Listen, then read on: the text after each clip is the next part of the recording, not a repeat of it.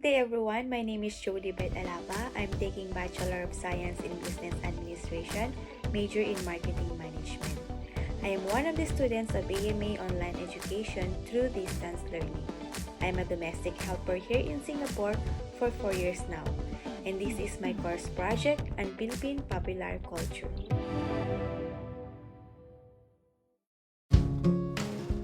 In the early days, Negritos or Atas, Indonesians, and Malaysians are the first migrants in the Philippines. Negritos or Atas, they are the first group of people that came to the Philippines. As we can see in these photos, Atas or Negritos are characterized by their skin color, hair type, and their height. They have dark to dark brown skin, curly hair, and usually 5 feet tall. Do you know that Atas are very good in hunting? They are also very skillful when it comes to jungle survival.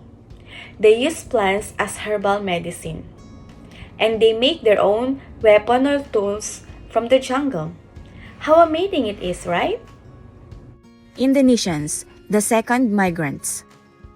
They came about 5,000 years ago when sailing in boats from South Asia. They were drove into the mountains and lived in the lowlands. Indonesians were more advanced than the Negritos. They live in permanent homes and use fire to cook their food. They live by hunting, fishing, and small farming. They painted their bodies with colorful figures. Malaysians, they were the third migrants in the Philippines.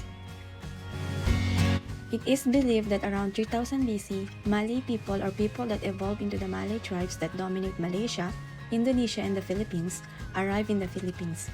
About 2,300 years ago, Malay people from the Asian mainland or Indonesia arrived in the Philippines and brought a more advanced culture, iron melting and production of iron tools, pottery techniques, and the system of sawa, which means rice field.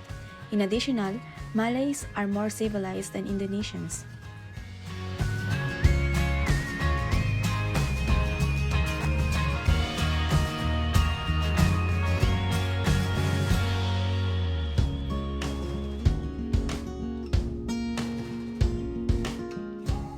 Social classes in the Philippine society. The nobles are the chief and their families enjoyed rights that the other members don't have. They carry the title Gat or Lakan among Tagalogs. The freemen, they were the dependents who had earned their freedom. And the Alipins, who were the lowest class. They acquired their status by inheritance, captivity, purchase, failure to settle debts, or by committing a crime. There were two types of Alipin, the Aliping namamahay and the Aliping sa gigilid. Marriage customs. Pamamanhikan is the act as the first official step in Filipino wedding. The bulungan, which translates to whispering, takes place in the bride's house and involves the bride and groom's families. Babaylan was the priestess who will officiated the wedding. Giving dowry is a tradition. Wives called asawa and men are monogamous. Marriage among Muslims. Pananalangguni or betrothal was followed by the consultation with the girl's parents who relayed their decision to the village chief. Pedsungod is a dowry with 7 classifications was also settled by the chief. These classifications are kasawateg, siwaka, enduwatuan, pangatulian, tatas, langkad, and lekat.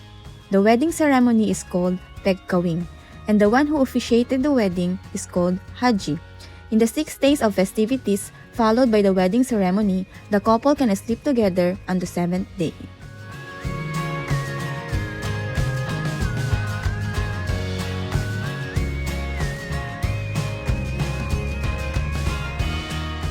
Religious beliefs. Ancient Filipinos believe in the soul's immortality and the life after death.